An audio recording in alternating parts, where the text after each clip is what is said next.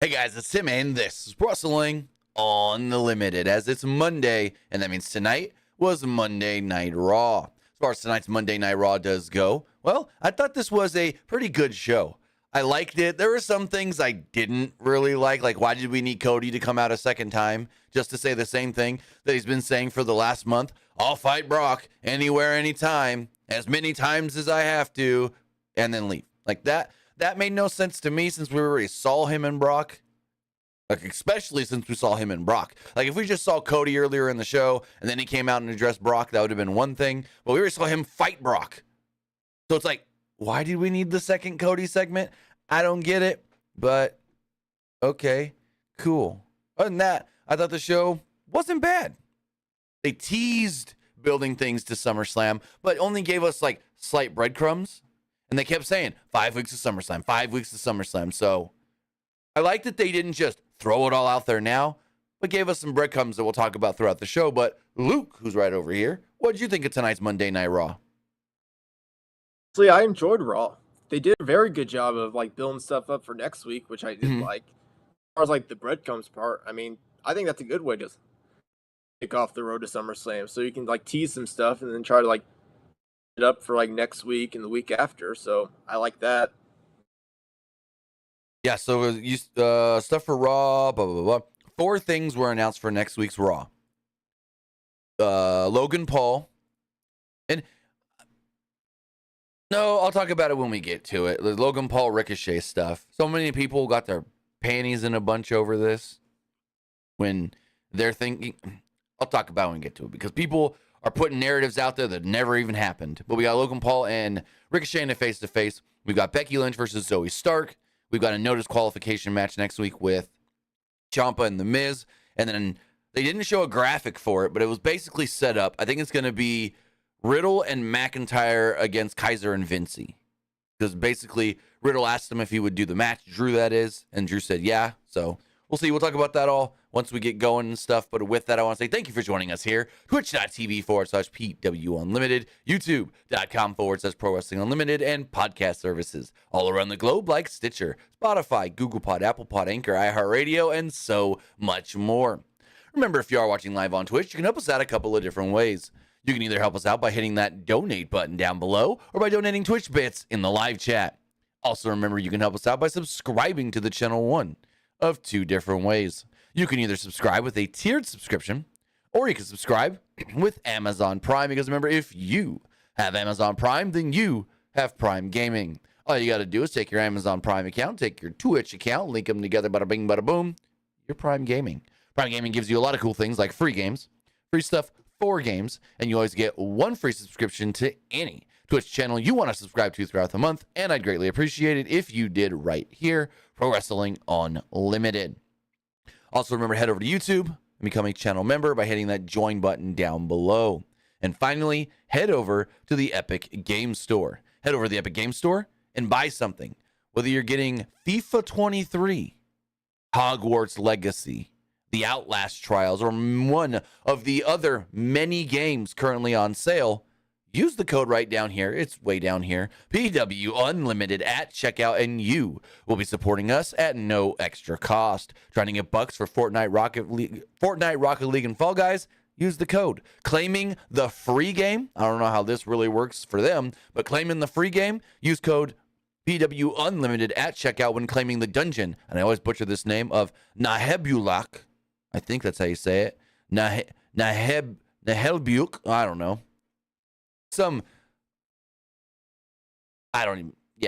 Weird title. Anyways, claim it, use our code. Only takes you a couple of seconds, and we get a kickback from it. I mean, they're not making any money off of it, but they're giving us it's a promotional thing. It all works in the end. Use our code PWUNLIMITED for all Epic Games and Epic Game Store purchases.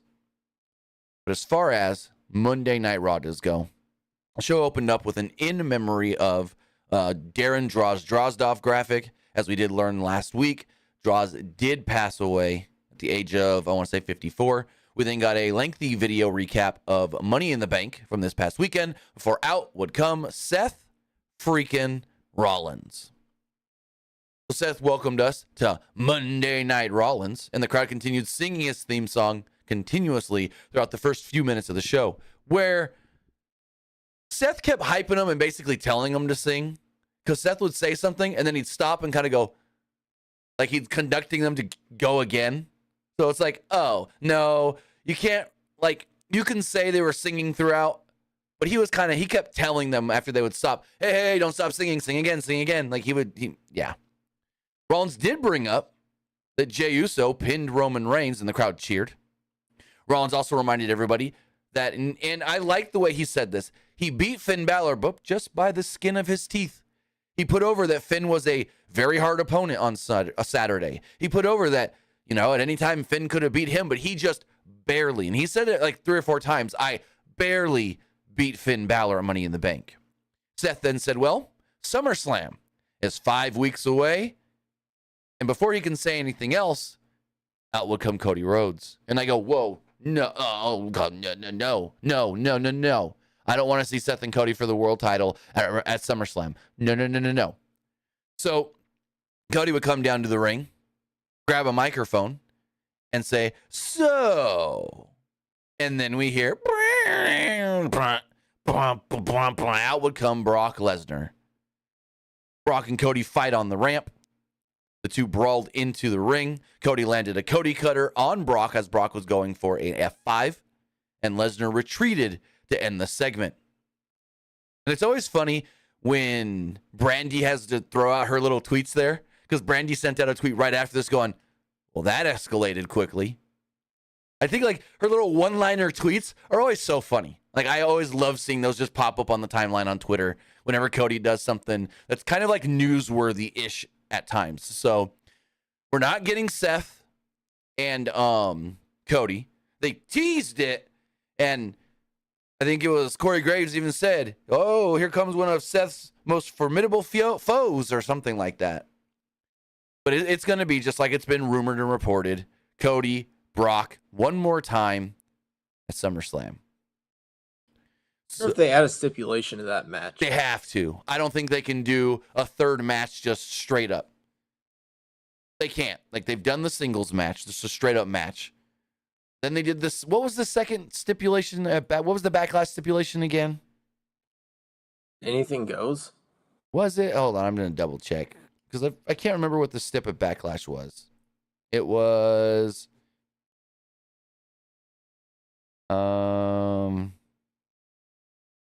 Was there no stip? I want to say there might... Backlash one, there was no stip, but the Night of Champions one, there was a stip. That's what I'm thinking. You might be right. Let's pull up Night of Champions card. It was...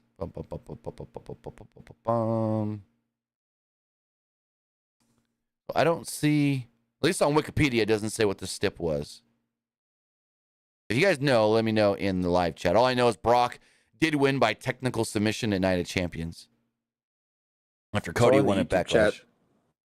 The YouTube chat said Texas Bull Rope, apparently. See, that's what I was thinking it was, but I wasn't sure. Hold on. Cody, Brock, Bull Rope.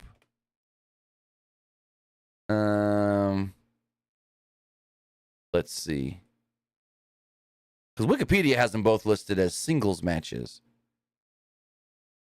But was the Backlash match a Bull Rope match? Night of Champions one? One of them was. Hold on. Because I'm seeing here something from... No. That's not right. This thing says the Bull Rope match could be at... Hold on.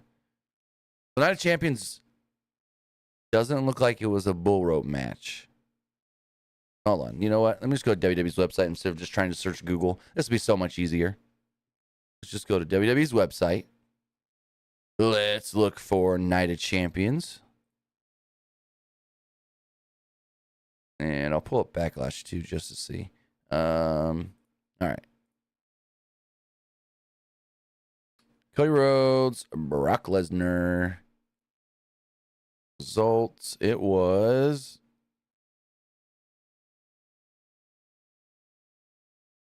So it looks like at least what it's showing here on WWE's website, that the Night of Champions match did not have a stip. With a broken hand, causes blah, blah, blah, blah, blah. Cody battled Brock Lesnar. So if we go to the Backlash match, click results,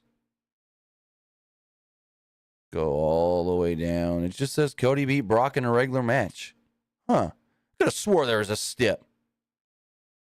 So I was thinking. Oh, no. I remember what it was now.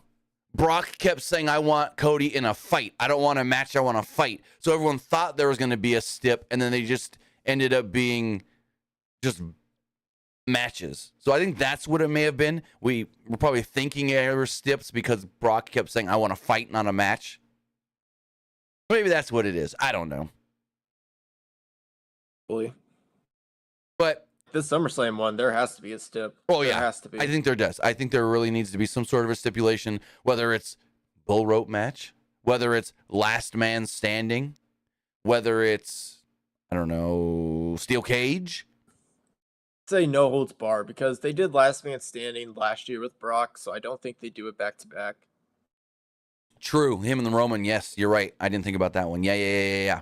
So no last man standing. But I can see no holds barred or falls count anywhere, street fight, something like that. No rules. You just got to beat your opponent. No pinfall, no disqualification. There must be a winner. Yep. So they fight. We go to commercial, come back, and freaking Seth is still in the ring. Seth is still in the ring. And so Seth goes to speak, and the crowd's singing his song, and all of a sudden he's interrupted by Judgment Day, and I go, we got ourselves an Elias segment here. You try to talk, and you get interrupted. You try to talk, and you get interrupted again. Speaking of Elias, where the hell's Elias been? We haven't seen Elias in a while.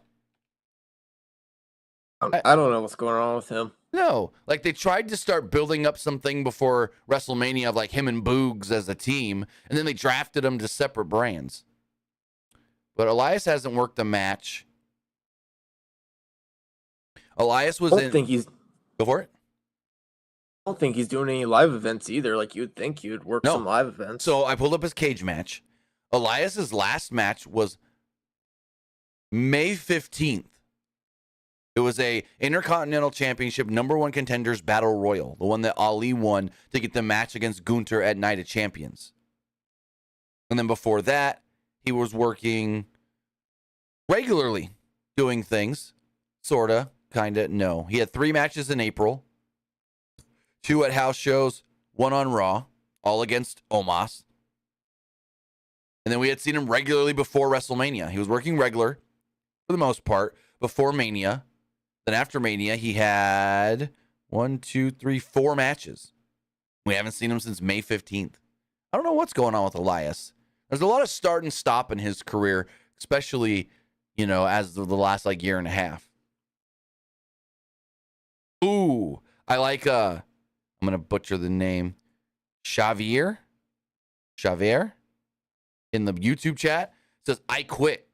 Maybe they do an I quit match with Cody and Brock. That'd be an interesting one. Don't know about that because I don't really see them doing that just to make one of them try to look weak in any way. I can see that. Say I quit. Now Fonzie says, how about dog collar? I'd rather do the bull rope.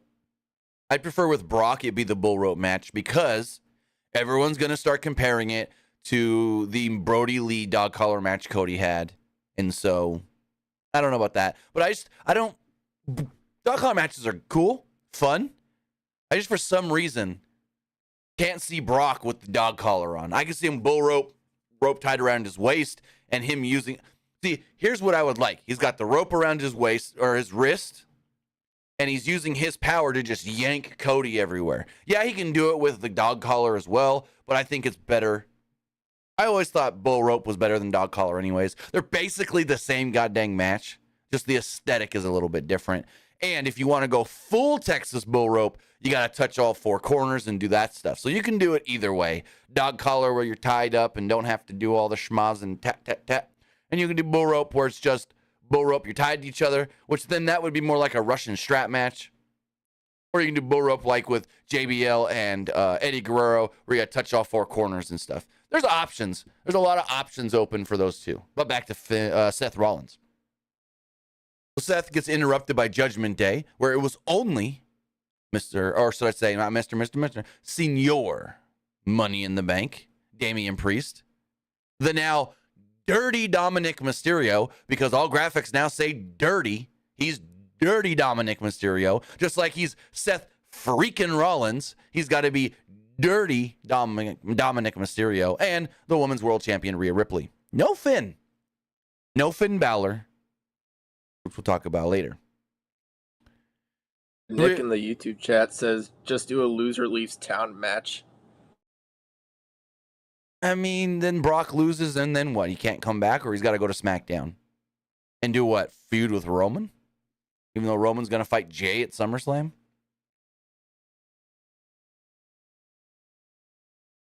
I don't know. Yeah, I don't know. As we move forward, Rhea Ripley told Seth that everyone was there to see the Judgment Day take over. Ripley was joined by, like I said, Damian Priest and Dominic Mysterio, and Seth asked, where's Finn? Ripley said that Finn was fine where he was, which didn't really tell us anything.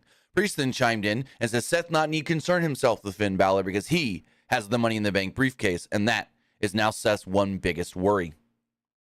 Priest, he's cashing in at maybe SummerSlam, saying, hey, I can just come at you whenever you want. You want a match at SummerSlam? Well, I got this briefcase. He said something about maybe Survivor Series, maybe Royal Rumble. Heck, maybe I can even cash it in tonight. Seth said for Priest, though, you're going to want to cash in when I'm not ready, when I've just had a hard match, and I'm perfectly fine right now. I feel fresh as a daisy. I don't even have a match tonight to get torn down in. All of a sudden, Seth then says, well, not all of a sudden, but Seth then goes, plus, I don't need a match because I'm going to go party later on so the fans in Baltimore can sing my song in the streets. And that's when Rhea said, well, I can't fight you. Damian's got a match with Shinsuke. How about you fight Dirty Dom over here? Dominic goes to speak, and the crowd boos him so loud he couldn't speak. And I loved Seth here where Seth goes, hold on, quiet down now. And he knew exactly what he was doing because the crowd gets quiet for Seth. And as soon as Dom tries to speak again, boo, they booed him right out of there. Seth thought that was the funniest thing ever.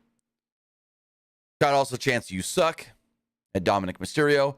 He and Ripley then kind of whisper something to each other, and then Rhea goes, hey, yeah, Dom will fight you tonight. And Seth goes, okay, I'll fight him in the main event, and slap that little mustache right off his face. The crowd cheered this like they were interested in seeing Seth versus Dom, or Dirty Dominic Mysterio, in tonight's main event. So, there's still the people that hate Dom because they say he got everything because of his father, but, I mean, you can say that because of the way he didn't have to, and this actually plays into kind of like the Shayna Baszler promo later in the show. He didn't have to work his way up. He didn't have to earn everything like most of these wrestlers that went and worked the indies and went and did this and that and blah, blah, blah, blah, blah. He just all of a sudden was a wrestler on the main roster in WWE one day. And so there's still people that hate him for that, fans or as at least. I don't know if there's any wrestlers in WWE that do, but there's fans that still hate him for that, saying that he doesn't deserve it, he didn't earn it, this and that. But I'm going to say, and I say this all the time, every time I see Dominic Mysterio, he just continues to get better. Am I wrong? He keeps growing. Wrong about that. I think fans were kind of just stereotyping a little bit, though. Like, whenever, like a kid of, like, legendary wrestler that goes into, like, a big company, everyone just thinks, like, oh, they only got there because of their dad and stuff. Right. Like, they say it about Charlotte, but at least you could say Charlotte worked her way up through NXT and stuff like that. But, because if you remember, this guy's first ever match, like, he didn't work an indie match ever. He didn't do anything outside of, like, training. His first ever full actual match was in Seth Rollins at SummerSlam 2020. So that's where it's like, Cody got that same criticism as well when he first started. True, but like Charlotte, he came up through OVW. He got trained and worked his way up. Didn't just boom, one of the biggest guys in the company in your first match on one of the big 4 or 5 pay-per-views. So, I mean, Dom was put into like one of the biggest spots you can get put in night one. SummerSlam against Seth. What's bigger? What would have been bigger at that time? WrestleMania against Roman? Like, I don't think there was a bigger match for him to have at that time, other than maybe like Seth at WrestleMania or like Roman at WrestleMania. So that's where the criticism comes, but I don't think the criticism should be there anymore because I love Dominic Mysterio. I literally enjoy watching him on my screen. So, speaking of Judgment Day, Damian Priest had an 11-minute matchup next. Took on Shinsuke Nakamura. Priest had the early control and worked over Nakamura's arm. Nakamura fired up and blasted Priest with some shots to his midsection. Nakamura choked Priest with his boot until Priest cut him off with a leaping elbow for a 1. Priest kept control with a series of stomps. Priest then jumped at Nakamura, but Nakamura caught him and landed a knee to Priest's midsection. The action spilled to the outside where Nakamura dropped him on his back across the top of the guardrail. The show then went to a picture-picture break. Back from said break, Nakamura landed a series of strikes on Priest. Nakamura slammed Priest and rolled to the outside where he blew a kiss to Rhea Ripley. Back inside the ring, Nakamura took Priest down and got a 2 off of it. Nakamura then came off the second rope and ran right into an uppercut from Priest. Nakamura then rolled Priest up out of nowhere and got a 2. He then went for the armbar, but Priest blocked it. Priest did a spinning front kick and got a 2 off of it of his own. Priest then lifted Nakamura, but Nakamura wiggled out and rolled Priest up for yet another 2 count. Nakamura kicked Priest and got a 2 count off of it. Nakamura landed a knee from the second rope and fired up, but Priest caught Nakamura with a short arm clothesline. Priest then hit the South of Heaven and pinned Nakamura to pick up the victory. So there we go. Very predictable here. Great match between the two. I thought the two worked really well together, but Damian, Senor Money in the Bank, does pick up the victory. What did you think of the match? Match was pretty good. Again, like very predictable. Like they weren't gonna have Damian Priest lose in his like first match as Money in the Bank. No, not at all. And for him to have any credibility as Mr. or Senior Money in the Bank, he's got to be, go on a streak. He doesn't I don't think he needs to win every single match before he cashes in, but I think more than not, he needs to be winning matches. This thing about like the Money in the Bank briefcase. A lot of people are criticizing this, basically saying like, oh, why didn't you put it on LA Knight? Why didn't you put it on LA Knight? Yeah, it would have been cool if LA Knight had it. Like, storyline purposes, that makes sense to put it on Damian Priest. Like, am I wrong? No, especially with and I'm going to talk about this in the main event segment, what we're seeing with him and Finn. I think that him having the briefcase is only going to elevate this imposing implosion of Judgment Day. So, no. Like, you could have put it on LA Knight. It would have been cute. It would have been fun. But I think in the long run, Priest having the briefcase could lead to something bigger than just, oh, he's going to cash in eventually. It could lead to whatever does happen with Judgment Day, and if they do break up, and him having the briefcase could then turn him babyface, and Finn's jealous, and there's so many options with it being on Damian Priest right now with what they're teasing last week, the week before, and tonight with Judgment Day and stuff. People are more mad than they should have been with like LA Knight not winning. Yeah, and now they're mad that LA Knight's not going to face Logan Paul at SummerSlam like someone announced or reported that was going to happen when it never was. Dave Meltzer said, oh, and we'll talk about this here in a moment. We'll fast forward to it. We'll fast forward to it really fast. Let's just fast forward to it. I want to talk about this. So, where is it in my notes? Because Ricochet calls out Logan Paul. Let me find this. Why won't it find Ricochet? So, here we go. There was a video package that showed the spot between Logan Paul and Ricochet at Money in the Bank, the Spanish fly off the ropes through the tables, and then apparently the two, which I didn't see this on social media, brawled backstage after the match. Redmond welcomed Ricochet to the show in an interview. Ricochet said that Paul can hang, and Ricochet respects that. Ricochet then said, you know what? I want to go face-to-face with you, so I'm calling you to come to Raw next week and meet me in the ring, which this is going to eventually just lead to them having a match at SummerSlam, I believe. But Dave Meltzer, I think it was yesterday, put out 6 matches he's heard that are very possible for SummerSlam. And then at the end of his little thing said, also we are hearing there's going to be some sort of a showcase match for Logan Paul at SummerSlam. He never said Logan Paul, LA Knight, SummerSlam. Nobody, PW Insider, Post Wrestling, House of Wrestling, Fightful, that I saw never once said, oh, they're thinking of Logan Paul and LA Knight for for SummerSlam. I didn't see WrestleVotes tweet that. I didn't see Worked Wrestling tweet that. Nobody. But for some reason tonight during Raw, when they teased Ricochet and Logan Paul, fans all got mad. It should be facing LA Knight at SummerSlam. It should be Logan Paul and LA Knight. LA Knight's the match. Why? This Ricochet match, LA Knight and Logan Paul could be a good match, but Logan Paul and Ricochet can be a fan-freaking-tastic match. And LA Knight can do something different, like maybe challenging for the U.S. title at SummerSlam. How about that?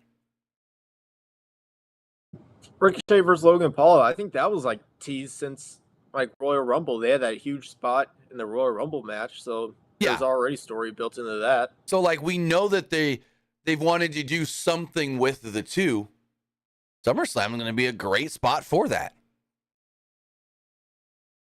So all the people on Twitter getting all up in a tizzy because it's not LA Knight and Logan Paul. I don't know where you even got that narrative anyways, because that was never teased by WWE, and that was never reported by anybody. If maybe you saw some random-ass YouTube wrestling channel that has no credibility try to say that maybe they think it's going to happen and they heard this and blah. No.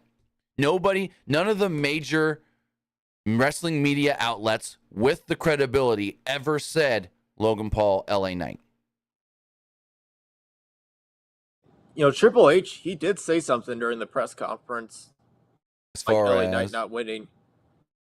not winning the briefcase. He said, like, good things will come to, like, people who are patient. Yeah, he said the same thing about he said the same thing about Cody not winning at WrestleMania.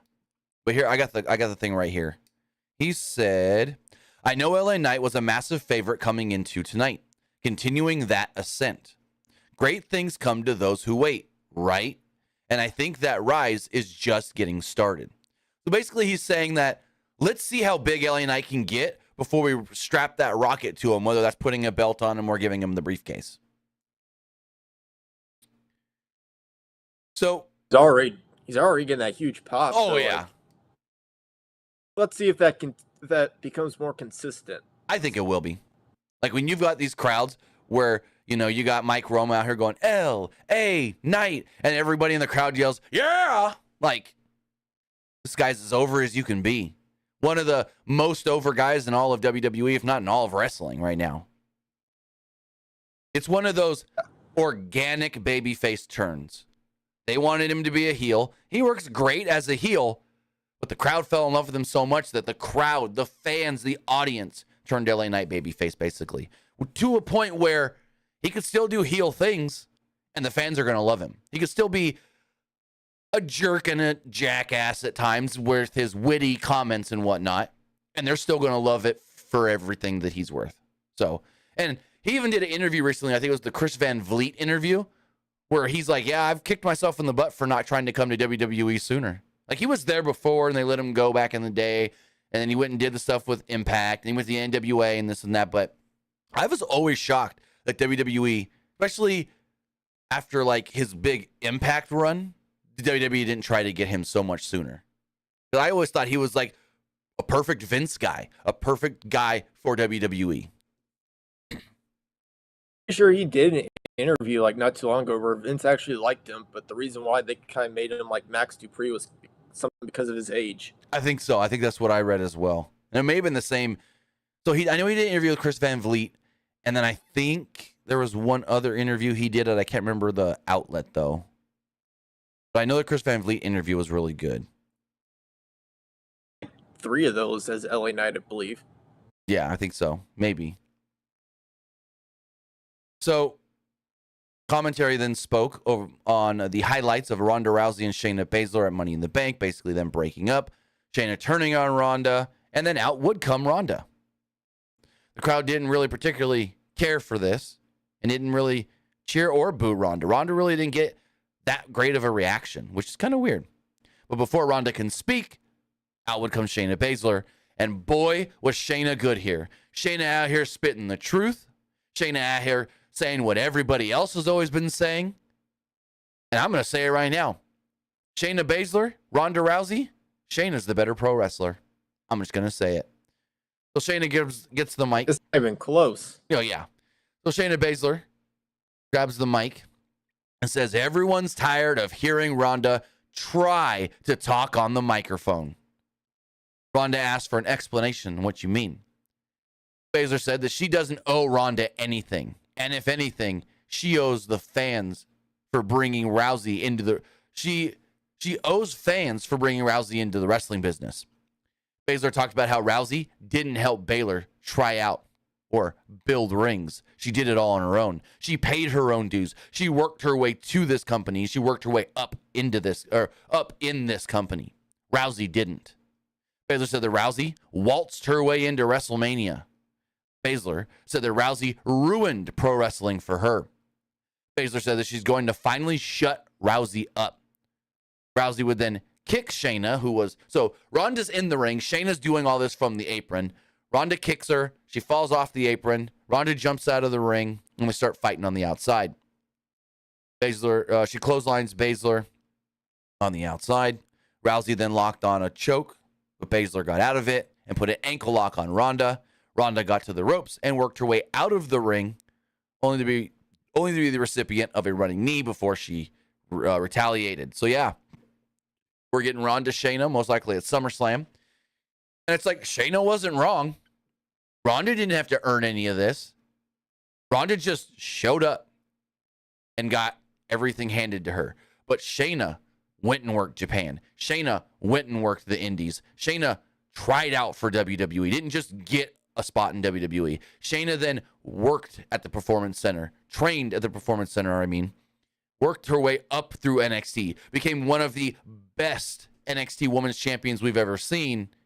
And then finally made it to the main roster. So, hopefully, this Shayna Basler feud or this Ronda Rousey feud for Shayna is the catapult she needs to be that next level of female superstar on the main roster, as far as them considering her for the world title, for world title shots, for that top spot. Because I thought as soon as she was done in NXT, she should have been winning the women's championship, whether that was on Raw or SmackDown. And they kind of they positioned her immediately with the Becky stuff as, oh, she's going to be a top female in this company, and then she would fall down the ladder and stuff. She did the Nia Jax tag stuff, and then she was just a woman on the roster, and then she finally teamed up with Ronda and this and that. And it's like, I hope this is what they need for Shayna to finally put her where I believe she should have been the whole time, one of the top 3-4 females in the entire company. Because if you just look at her body of work in NXT, fantastic. What did you think of all this? I thought Shayna did really well on the mic here, and honestly hoping they finally on Raw as her level when she was in NXT. She was freaking phenomenal in NXT, and I honestly thought she was going to take the Raw Women's title from Becky at WrestleMania. So did I. I thought Vampire Shayna would win the belt. It's like after that, they almost did nothing with her. Oh yeah, which is very unfortunate. I don't know why Vince didn't really like her. Yeah, it was weird. Probably because of her age. It could have been an age thing. She's up there in age, so that could have been a thing with Vince and the age. Because Shayna's 42. She doesn't look it at all. At all. I would think she's no older than me, and I'm 34. But Shayna's 42. So, we'll see where it goes. I mean, she's been, 2-time tag team champion now? Once with Nia, once with Ronda. So, at least she's gotten something. Speaking of, go for it. Probably 8 or 39 at that time, so she wasn't terribly old. No. Look how old AJ was. He joined WWE, and he world title stuff. Yeah, but there's a difference between Shayna Baszler and AJ Styles. Still, though. Also, one last thing about Shayna. She's not the greatest promo, but I think she's got the same thing that Bobby Lashley has going for him. I've always said Bobby Lashley's good on the mic, but not like the great, perfect promo. Because Bobby always sounds like a guy promoting and trying to get a fight. You know, a fighter, a MMA guy, a boxer trying to promote and get a fight. Shayna's the same way. She can speak on the mic pretty well, but she comes off like somebody just trying to get a fight, trying to promote a match, a fight like she was taught, you know, during her time in the UFC. Same with Bobby Lashley. And so I just wanted to say that as well, because I've always said that about Bobby, how Bobby's not the great perfect promo like a Seth Rollins or an MVP or a Roman Reigns, but he's great on the mic for what he's supposed to be, a fighter that just wants to get fights. And I think Shayna's the same way. She's never been the perfect promo, but she's really good at going out there and talking as far as just, hey, I'm a fighter that wants to fight you, and I can help, you know, in a good way, build this up. I agree with that 100%. So, speaking of the women's tag titles, we had a tag team turmoil match, which is just basically a gauntlet to crown the next number one contenders for the women's tag team titles. And the champions, Liv Morgan and Raquel Rodriguez, sat at ringside for the whole thing. The match itself did start off with Chelsea Green and Sonya Deville taking on Candice LeRae and Indy Hartwell. And they let us know that since being drafted to Raw, this is the first match on Raw Indy has had. And I'm like, God dang, that's true. Jeez, they really have done nothing with her. And they really did nothing with her tonight. So, good back and forth early on. Hopefully this isn't like this with Indy and Candice, so I don't know. We'll get to it here in a moment. They're doing some stupid stuff still with Candice and Nikki Cross. So before all the match even starts, they show us a video where Nikki Cross went up to Candice LeRae and was like, hey, tag team turmoil tonight, want to be partners? And Candice is like, ooh, yeah, I'm going to team with Indy. And she just walks off. Emma then comes up and goes, I'll team with you. So they were a team. Anyways, Candice looked good here for the time being. They really didn't get much here. Candice hit a lion salt at one point. Green moved out of the way. Wasn't long before Green hit her with the unpretty her. And then Sonya Deville would hit her with the knee to eliminate Candice and Indy. Next up was Nikki Cross and Emma. And this was dumb as hell. Nikki was in the match early, tagged out to Emma, and then jumped out of the ring to go check on Candice. And Candice just leaves. Her and Indy leave. And Nikki's just sitting there on the ground like, Candice, and just left Emma in the ring all by herself. And I'm like, what the hell is this? This is some of the stupidest stuff I've ever seen. And I'm like, what? So Emma's in there fighting two girls all by herself. She gets kicked in the face she gets the unpretty her, led up by, and I like the way they do this as their tag team finish. Chelsea hits the unpretty her, then tags in Sonya. Sonya hits the knee. Boom. We got it. So they get eliminated. Next up, Dana Brooke and Tegan Knox. They jump in the ring. They take on Green and Deville. Show goes to a commercial break. And by the time the show returned, Knox and Brooke had just been eliminated. Literally, as the volume is being raised back up from the picture-in-picture break, we're hearing in the background, Dana Brooke and Tegan Knox have been eliminated. Like, literally. We almost missed that announcement of them saying that. And then in would come Katana Chance and Kaden Carter, the final team in this match. This was really good. I thought these four worked really well together. We saw them in a tag match 2 weeks ago, maybe, where Chance and Carter did win. But tonight, it's Green and Deville that pick up the victory. Green toyed with Chance until Carter got a blind tag and took over. Chance tagged in and landed a Frankensteiner from the top rope. And this was great because it wasn't just from the top rope. She was like up there, held up by Kaden Carter. Chance then did a big-ass Hurricane Rana Frankensteiner off the top. Chelsea went flying. Everybody at ringside was like, oh, like going crazy. I liked this. They sold the crap out of it.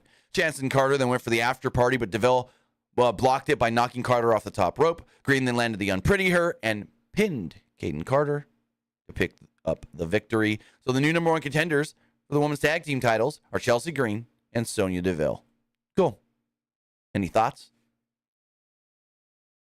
Going into the match, I was really hoping for Candice and Indy or King Carter and Katana Chance. I thought it was going to be Kayden and Katana because they've been building them up.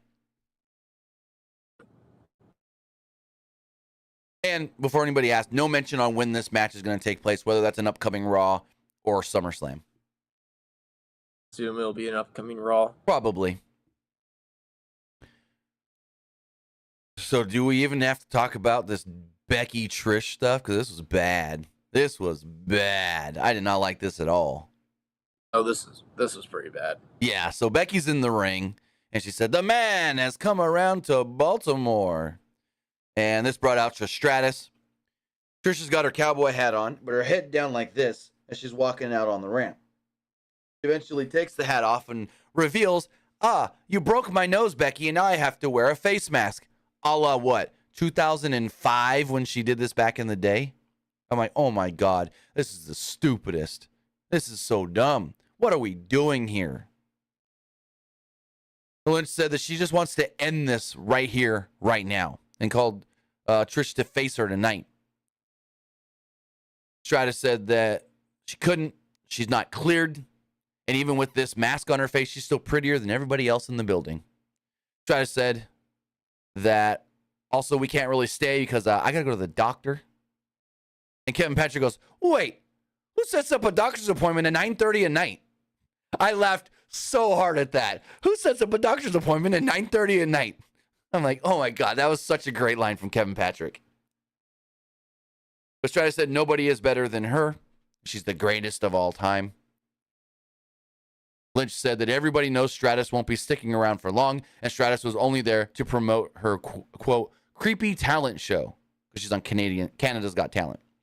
Lynch wondered out loud what will happen to Starks when Trish finally leaves. Stratus said that she's there because she's the face of the women's division. Stratus said she built this women's division. Stratus said that Lynch hated when people would come up to Stratus backstage and say, thank you, Trish. Stark walked to the ring after Stratus said that Stark will break Becky's face. Stratus stopped Stark and called Baltimore Baltoless and said, you know what? Zoe will see you next week, setting up Zoe Stark versus Becky Lynch next week. This was not good. This was not good at all. I didn't like this one bit. Honestly, just ready for this to be done and just stressed just to be done with this. I really am. 4 more weeks, because this is probably ending at SummerSlam. Like, the match is supposed to happen in SummerSlam. The end goal always was Trish Becky SummerSlam. Really? This gets it over with. So then we got a segment we really didn't need just to kill time, I guess it was. Jackie Redmond's at the top of the ramp, got the crowd behind her, and says, let me introduce my guest, the American Nightmare. And I'm like, the American what? Where saw Cody? She said, Cody Rhodes. And out would come Cody, and I'm like, what the hell we need Cody again? What? The whole time, I'm sitting here going, okay, when's Brock going to come out? Okay, when's Brock going to attack Cody again? Where's Brock? Like, that's all I'm thinking this entire segment. So Cody comes out in a suit. So like half of my brain is going, where's Brock? Where's Brock? Oh, Cody's in a suit. He ain't doing anything. Cody, where's Brock? You know, my brain's like going 2 different directions. Oh, Brock might come out and tease more for him and Cody going forward. But Cody's in a suit, so Cody's not going to actually, because if you think about it, Cody came out earlier in his gear. It's whatever. Cody gets the full Cody Rhodes experience intro. Whoa, and all. And then Cody notes, hey, this is your first night here on Raw, isn't it, Jackie? And he's like, ladies and gentlemen, can we say, welcome, Jackie? And they all, welcome, Jackie, or something like that. Or hello, I can't remember exactly what the word was. I didn't write it down. And Jackie mouths to Cody, thank you. Because the way she reacted was Cody just went off on his own there. And Cody's great at that, improving and, just thinking on the fly, doing things. Cody said that he's not done with Brock Lesnar. Cody said that Brock broke his arm, and there's no way the two can continue to coexist on Raw, which Maybe that means loser leaves Raw match. I don't know. Cody said that he'd fight Brock any night. Hell, he'd fight Brock every night. Cody's music hit. He then turned around and signed a Cody Rhodes American Nightmare weight belt for a fan and walked off. That was it. He posed for a second. And they shot this in a way where Cody's standing, pretend I'm Cody. Cody's standing right here, and the camera's blocking him from down low and up to where we can't see the entrance square. And I'm like, oh, Brock's going to come out. They're not showing us the entrance. They're shooting it in a way. And no Brock. I thought they were like shooting it in a way where we wouldn't see Brock hit him from behind until Cody felt. No. I was thinking too much into it. It was a very simple, hey, we need to kill 4 minutes, get Cody out there again really quick. And hey, we got this new Jackie Redmond girl on Raw. Well, she's kind of new. She's new to Raw, but not the company. So let's throw her out there as well. No Kathy Kelly. Which my question now is Kathy Kelly still with the company? Or is Jackie being the interview girl on Raw mean that Kathy Kelly is gone? I don't know. Because she did the Kathy stuff tonight. Kathy still there. Because I would assume if she was leaving again, she would have announced it. Let me see. Only she's like posting TikToks of her like backstage era. Yeah. Let me see. Yeah, I don't know. She might be taking some time off. I don't know. Maybe. So then we had the Alpha Academy in a 6-person tag. It was Maxine, Chad Gable, and Otis against Ivar, Eric, and Valhalla, the Viking Raiders. So Gable and Eric began the match and had control with a series of forearms. Otis tagged in and cleaned house by slamming Ivar, and there was a splash onto Eric. Otis did the worm and hit an elbow drop. American Alpha posed in the ring as we went to a break. After that break, the Viking Raiders had control and were working over Otis until Otis landed a double clothesline and got the hot tag.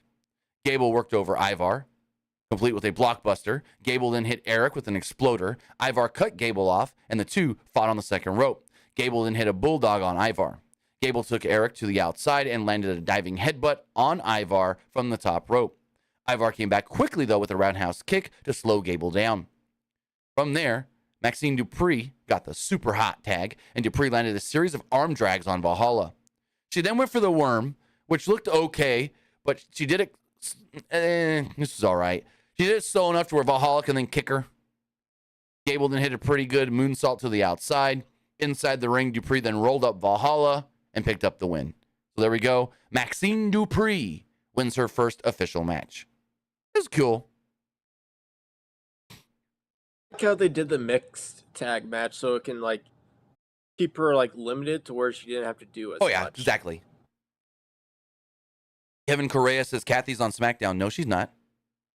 Unless she got moved to SmackDown this week and I didn't see. But the SmackDown interview girl is Kayla Braxton.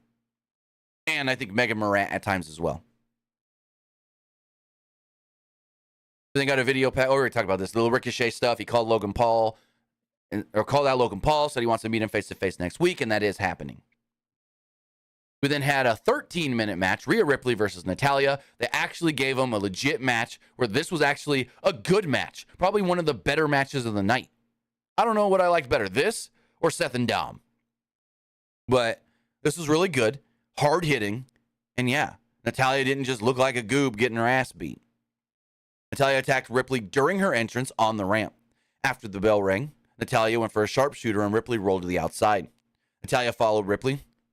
I got a fly right in front of me. Natalya followed Ripley and ran into a punch. Ripley repeatedly slammed Natalya's head on the commentary table and rolled Natalya back in the ring. Natty hit a German suplex and got control back until Ripley landed a strike to the back of Natalya. Natty tried to fire her up, but Ripley cut her off with a headbutt. Ripley slapped Natty and drove Natty into the mat repeatedly. Ripley kicked Natty in the midsection and then the chest. Natty tried to fire up again, but Ripley quickly put an end to it. The two battled on the top rope until Natalya landed a headbutt of her own. Natalya followed this up with a crossbody block and from the top, and then the two kind of stayed down for a moment to regroup. Ripley then quickly gained control and drop-kicked Natalya's face before the show cut to yet another commercial break. When the show returned, Natalya had control and went for a sharpshooter, but Ripley countered it with a kick to reset things for her. Natty hit a discus clothesline and got a 2 off of it, though. Ripley kicked Natty and went to the top rope. Tried to go for a no, I'm thinking the wrong spot yet. Ripley kicked Natty and went to the top rope to hit a missile drop kick for a 2. Ripley landed a kick to the head and worked the prison lock until Natty rolled through to get out of it. Natty went for a sharpshooter, but Ripley ran Natty into the turnbuckle. Ripley then went to the top rope and tried to do a frog splash, but Natty got her feet up and kicked her in the face. Natty then hit a running power slam and finally sunk in the sharpshooter. Ripley did make it to the ropes to break the hold. With Ripley on the outside, Natalya went for something, not sure what, but Ripley countered it with a kick and a headbutt. Ripley then hit the riptide and pinned her to pick up the win. But I think this was good. Great, what they should have been doing. I don't know why they were doing the woe is me Natty stuff. Natty getting her butt beat all the time by Rhea just to get this match now. Like, what has changed in Natty that she can now go with Rhea? There was no story to it. It was just all of a sudden tonight she was equals with Rhea, but before she could never get out of the blocks. So I wish there was more story of like Natty training, more story of maybe Natty, I need more confidence in myself. Someone, coming to Natty saying da da da. And I know there was some random tweet, kind of like what I'm asking for on Twitter today. But yeah, overall, really, really, really good match. Match was pretty good. Yeah, I still don't know why they haven't been doing this with Natty and Rhea. Mm-hmm. They're trying to go the route of like she's been training harder to where she actually put up a good fight against Rhea. Possibly, but they need to tell us that. Now, after the match, Ripley attacks Natty, and out would come Liv Morgan and Raquel Rodriguez to make the save. They again had a little stare down with Rhea and Raquel, which makes me think that Raquel may be the next challenger for Rhea Ripley. Which, boy, if that is the case, I can't wait, because their NXT matches were great. That would be a fantastic SummerSlam match right there. Yes. Then there's a Ciampa video, which we saw earlier today on social media. One of those Ciampa sitting in front of the bay door kind of videos that he does. He said he finally saw a look in Miz's eyes that he liked last week. Ciampa said Miz got his ruthless aggression back. Ciampa said next time he sees The Miz, he wants The Miz to bring that same type of energy. The Miz then spoke from backstage. Miz said that he doesn't care what cards Ciampa has. Miz said that the last person who called him a coward is gone. Bryan Danielson. Miz said next week they're going to have a no disqualification match. And Miz closed this by saying he's The Miz. And of course, he's awesome. Yeah, this should be fun. Miz and Ciampa in a no DQ. Yeah, this will probably be the final chapter of these two. Yeah. So Rhea's walking backstage, and all of a sudden, hopefully, I'll go for it. Hopefully they move Ciampa on to like the Johnny Gargano stuff. Yeah, Johnny wasn't even there tonight, even though Candice was. He probably was backstage. No, he was at home with his son, watching Candice in the ring. He posted on Twitter a picture of his son watching Raw and watching mom on the screen. Rhea Ripley's backstage when she bumps into, Miss Money in the Bank, Io Sky. Ripley told Io to try her because it'll be the biggest mistake of her life. The rest of Judgment Day showed up, and Ripley complained about Raquel and Liv. Ripley then said that Liv and Raquel will regret ever getting involved. So next up, we did have Matt Riddle versus Giovanni Vinci. Match went 1.5 minutes. Not really much here. Vinci had the control early. Riddle finally took it and beat him. Not really much here. I thought maybe we were trying to get Riddle and Gunther again, and I'm like, why? Drew's back. What the hell? And Drew does make his way out after, Riddle wins.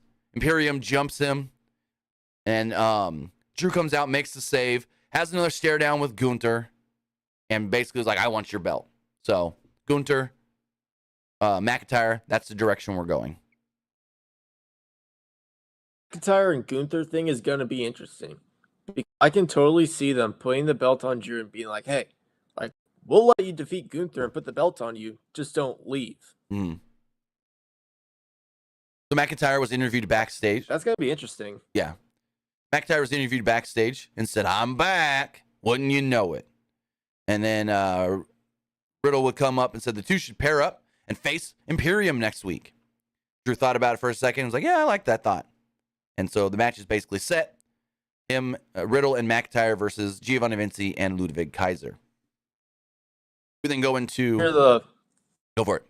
Did you hear a part where apparently a fan there was telling Drew, take your shirt off? And then Drew was like, I heard the fan say that. I must have missed that.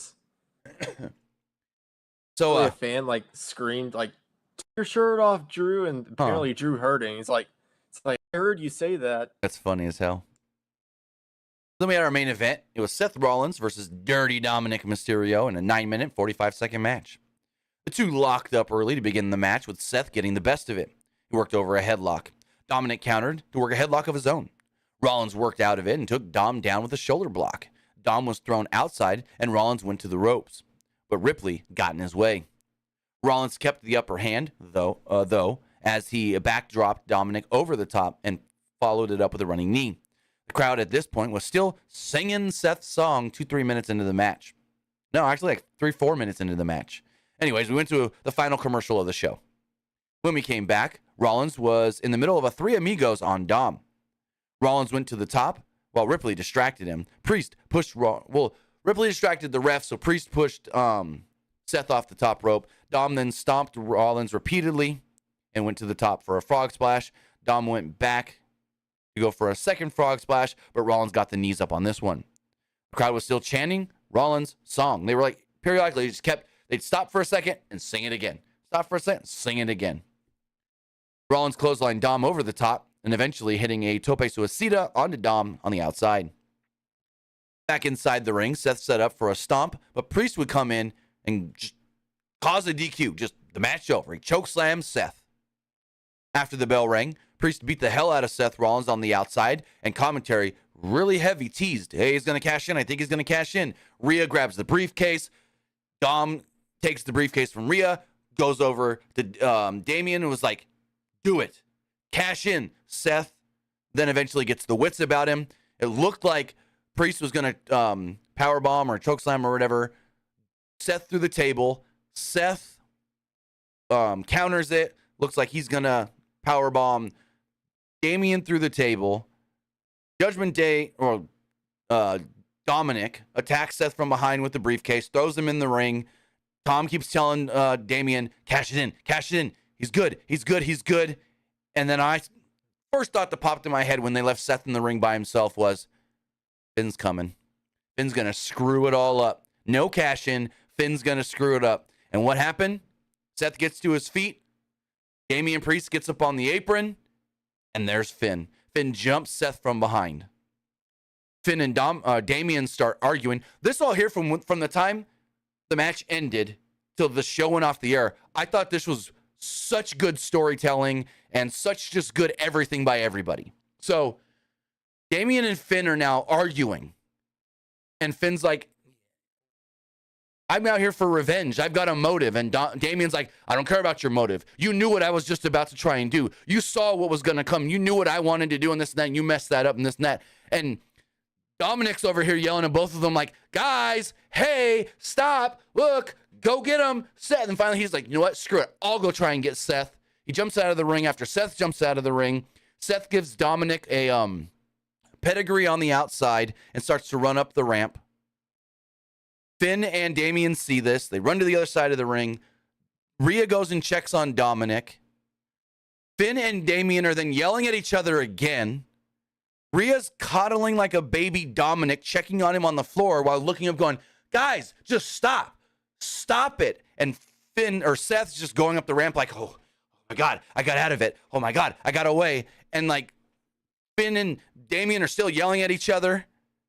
And Rhea's still on the ground with Dominic like, stop, just stop. And this was just so good. I thoroughly enjoyed the last 5 minutes of this show.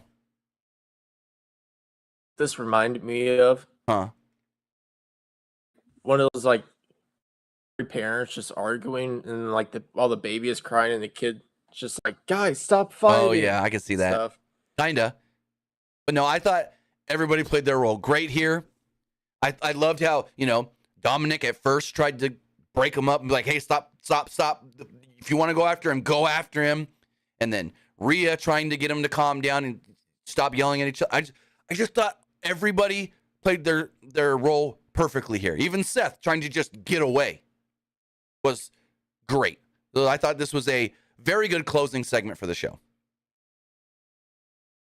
I can honestly see, like, maybe down the road, like, Seth is getting in, like, Damian Priest's head, like, hey, this guy might not want you to cash in and stuff. Maybe he wants to be the world champion, not you. Well, I think that's where it's leading to. I think it's going to lead to a big Damian Priest babyface turn, and him saying, oh, you never believed in me, Finn. You always just wanted me to do your dirty work and be your muscle and this and that, and now I really see who you really are. I think that's where it's going to lead to. But they might replace him with McDonough. Could, unless they just break up all of Judgment Day. I mean, you could still keep Dominic and Rhea together and just not have Judgment Day anymore. But Judgment Day is too good right now. I don't know if I'd break them up quite yet. I wouldn't want any of it to be broken up. No, I'm not saying that at all. I think the four of them are so good together that I'm loving the dissension, but I don't want to see the split. They definitely have not, like, hit their peak yet. Like, if they hit their peak, then, like, all right, you could consider breaking them up. But like, there's still so much more. You can still do so much with them. So with that, guys, that's everything we thought of tonight's Monday Night Raw. Now it's time to hear what you guys thought of tonight's Monday Night Raw. So let's go check the polls. As far as the Twitter poll does go, 77% liked the show, 20% thought it was just all right, and 3% did not like it. Looking over at the YouTube community poll, 74% liked the show, 20% thought it was just all right, and 6% didn't like it. Some of the comments here said, basically the show was about starting to put the pieces in play for SummerSlam. Of course. This one says, Raw was just all right. This person says, Natalya gave us a banger. This person says, I thought Seth's match at Money in the Bank was kind of boring. I like Seth and Finn. But hey, to each their own. And the person says, I liked it. It was awesome, and end was awesome. As far as the Twitch poll, 100% liked the show. And the YouTube live poll, 77% liked the show, 15% thought it was just all right, and 8% did not like it. With that, guys, I want to say thank you for joining me here. Twitch.tv/PWU Unlimited, YouTube.com/Pro Wrestling Unlimited, and podcast services all around the globe like Stitcher, Spotify, Google Pod, Apple Pod, Anchor, iHeartRadio, and so much more. Luke, tell them where they can find you. Find me over at Twitter at Petke_21, and you can also find me over at Twitch at the Luke Petke. So with that, guys, have a great rest of your Monday. Have a great 4th of July tomorrow, and we'll see you back here Wednesday evening for AEW Dynamite.